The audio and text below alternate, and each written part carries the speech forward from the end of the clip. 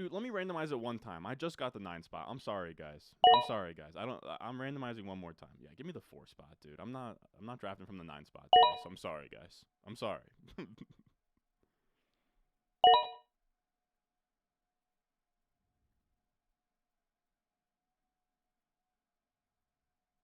Yeah, pretty much.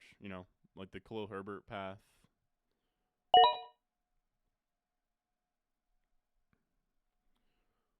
So now we're looking. Give me Gibbs here. Give me Gibbs as my 104. I'll take that all day. This class gets so bad so fast. I find myself just falling into tight ends. Yeah, it's pretty rough, man. I gotta be honest, dude. Like, if you find yourself in like the early second or like late first, and it's like, man, I might just take a tight end. Like, tight ends of course can pan out, right? Like T.J. Hawkinson's kind of like maintained decent value, but they're such long-term assets before you find like you know what I mean? Like, unless if a tight end goes out there and absolutely smashes in year one, which can happen. We've seen it with Evan Ingram. But for them to like really gain value for you, they have to do a ton in year one, which is like a lot more difficult than a running back, coming in, giving you 15 points per game when the starter goes down, or, when something gets shooken up, like Rashad Penny leaving and Kenneth Walker coming in. I'm trying to see what I can package with those picks that might be a tight end and get into a random 24 first. I know that sounds tough, but I think you could figure out a way to get there. So this time we have Charbonnet, Achane, Kincaid off the board.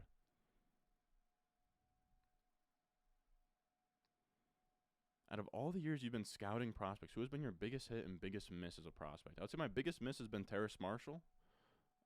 Biggest hit, I had ETN RB1 in his class.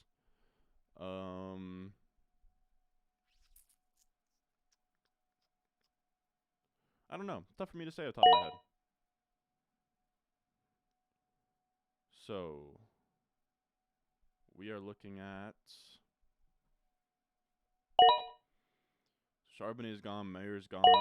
Wow, people are very high on Kendre Miller, huh? So Kendre Miller's an early second. I'm game to move him up there if that's the vibe. But if I move Kendre Miller up, I'm moving Tank Bigsby up. Know that, fellas. But I'm gonna go Josh Downs. Like, I'm cool taking. I don't think you're gonna have to take him here in rookie drafts, but I'll take 204 Josh Downs. I just will.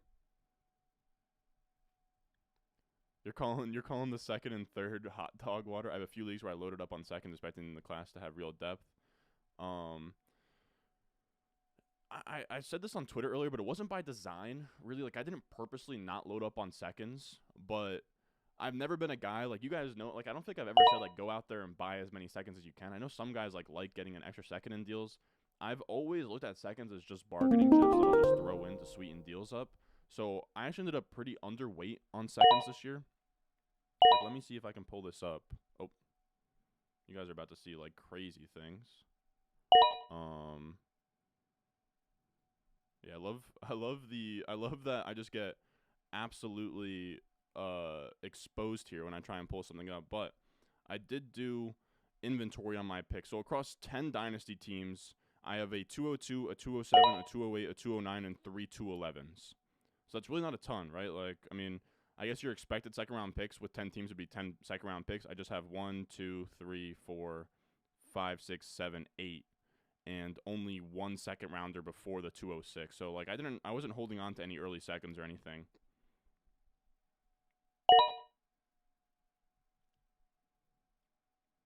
But how's this draft going? We have Mayer, Kendre Miller, Levis. I'm open to moving Kendre Miller up, like I said. Rashee Rice, Bigsby. Again, I think that's a little bit late for Bigsby. I think I'd have to go Mingo over, even as much as I like Roschon Johnson and don't love Mingo, I think I'd go Mingo over Roschon. Top 40 draft capital is just a lot safer. Laporte's at 212 probably makes sense. Chase Brown. Chase Brown at 301. I'd say slightly steep for me. Damn, somebody took Musgrave and somebody took Tyjae Spears. And Levis and Hooker are gone. And Roschon's gone. So this is interesting. How do you guys feel between Jayden Reed, second round pick to the Packers, not a great profile but a decent profile, versus an Israel Abanikanda? You know, good profile, day 3, but behind Breece Hall. I think if I was on the clock here, I'd want to trade out. In the rankings right now, I have Abanikanda, but now that you put me on the clock and asked me to make this pick, guys,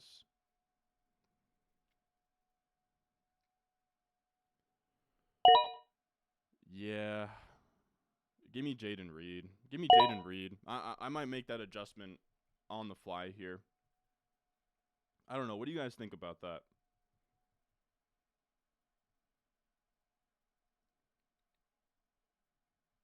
I think I gotta move. All right, I got a night. Let me actually update this live while we're streaming. I hope that this doesn't take away from anything. I'm not exactly caught up with the chat right now. So, oh my god, we have 225 people in here. Fellas, leave a like if you're in here, if you're enjoying the content. I'm literally updating rookie rankings as we go here, just like getting a feel for the draft room. These are already live on the Patreon, patreon.com/RonStewart. If you haven't already, make sure you check it out. Again, I don't know who else is already putting out rookie rankings like this. I got all the way through the 412 on them. But I do want to make this change. I think I would I think I would prefer Roschon Johnson to Jayden Reed.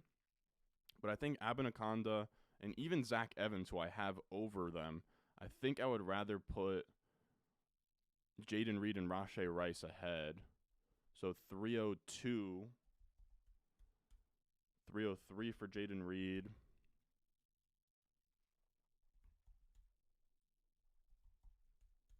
I think that looks better. Because it's just like, man, second round draft capital is pretty serious stuff.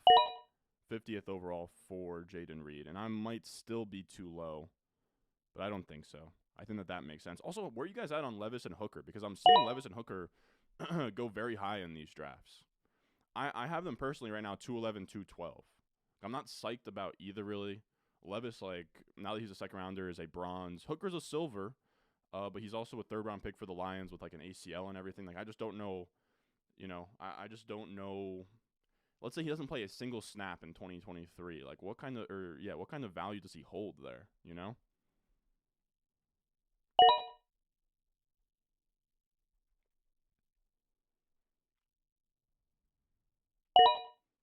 Jay Senton still clear wide receiver 1? Yeah, for me.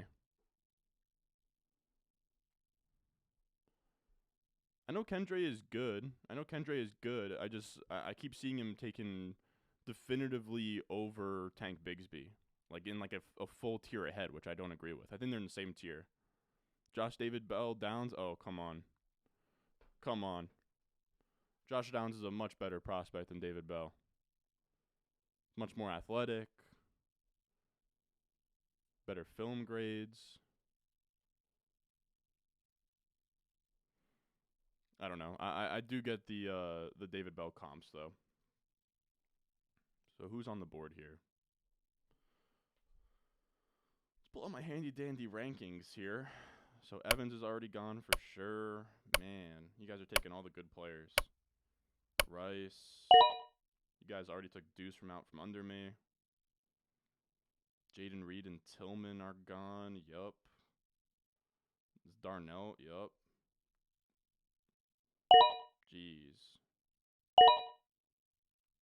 You guys are leaving me with nothing. Hole's gone.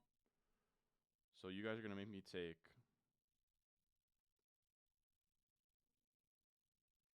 You guys make me take Eric Gray, huh?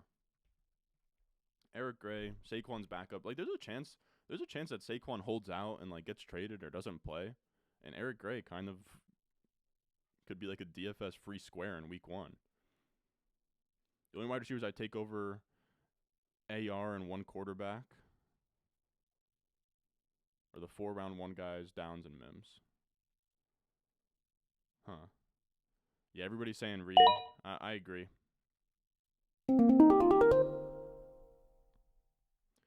Yeah, exactly. In the past, it has been just take the running back. Just take the running back, see what happens, you know? Yeah, I've heard even J.J. Zacharyson loves Jayden Reed. I think that he pops in his model. Yeah, exactly, Chandler. I mean, he looks decent in my model. Like, he comes up okay. But, like, he doesn't look amazing. A lot of people saying Reed. Thoughts on Michael Wilson? I don't have a ton of thoughts on Michael Wilson. Not super interested in him. I think I've ranked him as like, yeah, I ranked him at like 407. Brendan Strange, anything? Never saw him go in second round. Yeah, I put him.